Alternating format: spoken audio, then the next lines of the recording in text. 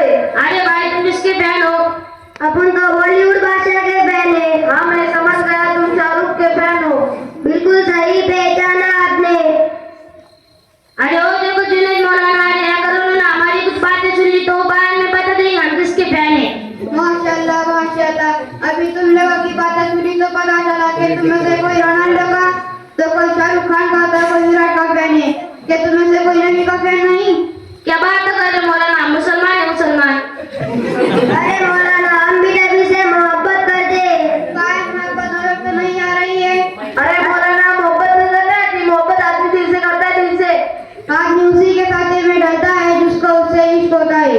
अरे मौलाना तुमने जो बोला वो सर के ऊपर से चला गया, कुछ भेजे में घुसेगा, ऐसा बोलो ना। चलो ठीक है, तुम्हें पता है जो तुम्हारे सर के बाल काटे हैं ये देखकर लगता है जैसे खेत में गेहूं पड़ा है, ऐसा क्यों? अरे मौलाना ये तो रोनाल्डो की स्टाइल ऐसी कटिंग करता। तो उससे तुम्हें क्या मतलब? वो कुछ भी करे, तुम क्यों कर रहे हो?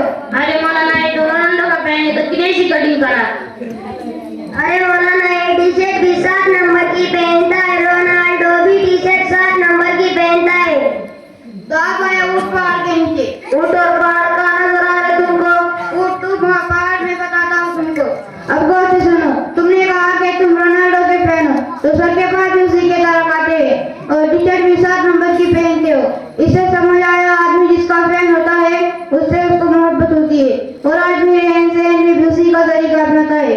तो तुम जो कह रहे थे कि मोहब्बत अगर नहीं आती तुम में, जो रोनाल्डो से मोहब्बत हो तो ऊपर से नीचे तक नजर आ रही है, और जो नबी सल्लल्लाहु अलैहि वसल्लम से मोहब्बत हो तो दूर दूर तक दिखाई नहीं दे रही है। सुन क्या बोल रहे मौलाना। अब तुम सुना विराट कोहली के दीवाने, तुमने तो चेहरे पे दाढ़ी रखी है लेकिन वो तो स्टाइलिश दाढ़ी नजर आ रही है, ऐसा क्यों? अरे मौलाना तुम्हारे को मालूम है कि विराट कोहली ऐसी दाढ़ी रखता है, उसका फैन है इसलिए उसने ऐसी दाढ़ी रखा। मतलब थोड़ा दाढ़ी लगाएं तो चिकने गोटे लग रहे उसका क्या? ये देखो रोनाल्डो का फैन चेहरा पे के ऐसा के जैसे फुटबॉल का मैदान हो। अरे तुम लोग आपस में झगड़ा बंद करो और मेरी बात सुनो। दाढ़ी उस वक्त तक मत काटो जब तक वो एक मुश्त से बड़ी ना हो जाए, और ये जो साइड की दाढ़ी है जो कान की नीचे आती है उसे भी एक मुश्त के बाद ही काटे। बहुत बहुत शुक्रिया मौलाना, आपने हमें दाढ़ी रखने का सही तरीका बताया और हम भी इंशाल्लाह जरूर दाढ़ी रखेंगे। अरे मौलाना तुम इस बॉलीवुड की जो कुछ पूछा ही नहीं। चलो ठीक है पूछ लेता हूँ। तुम ये बताओ तुम जिसके फैन हो उसके कितने बच्चे हैं? अभी बताता हूँ कि उसके 3 बच्चे हैं ना मैं। अरे तुम रहने दो, तुम हमारे नबी सल्लल्लाहु अलैहि वसल्लम के बेटों के नाम बताओ। हमारे नबी सल्लल्लाहु अलैहि वसल्लम के बेटों का नाम नहीं मालूम, लेकिन इतना मालूम है कि हमारे नबी सल्लल्लाहु अलैहि वसल्लम की एक बेटी का नाम हजरत फातिमा है। इतनी से मुसलमानी उसमें भी आनाकानी। हमारे नबी सल्लल्लाहु अलैहि वसल्लम की कितनी औलाद थी एक साथ करिए आपको बच्चे बता देंगे। चलो बेटा तुम हमारे नबी सल्लल्लाहु अलैहि वसल्लम के बेटों के नाम बताओ और तुम बेटियों के। हमारे नबी के 3 बेटे थे। नंबर हजरत कासिम रज़ियल्लाहु ताला अन्हु, नंबर हजरत अब्दुल्ला रज़ियल्लाहु ताला अन्हु, नंबर हजरत इब्राहिम रज़ियल्लाहु ताला अन्हु।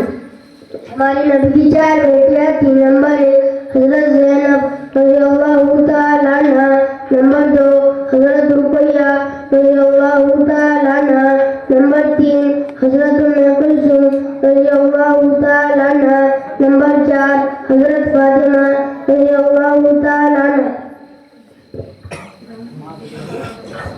इन बच्चों को देखकर तो मौलाना की मेहनत नजर आ रही है। अरे बेटा तुमने इतनी सारी दीन की मालूमात कहाँ से हासिल की? दीन की सारी बातें हमें हमारे मकतब हजरत बिलाल रज़ियल्लाहु ताला अन्हु में पढ़ा थे, क्योंकि हम रोजाना मकतब हजरत बिलाल रज़ियल्लाहु ताला अन्हु में दीनी तालीम हासिल करने जाते। लेकिन हम इतने बड़े हो गए कि मकतब में भी नहीं आ सकते। किसने कहा आप आ नहीं सकते? मैं रोजाना बकरीद के बाद मकतब के रूम में बैठा रहता हूँ ताकि तुम जैसे बड़े लोग जिन्हें कुरान पढ़ना नहीं आता उन्हें कुरान सिखा सकूं और आप भी आ सकते हैं।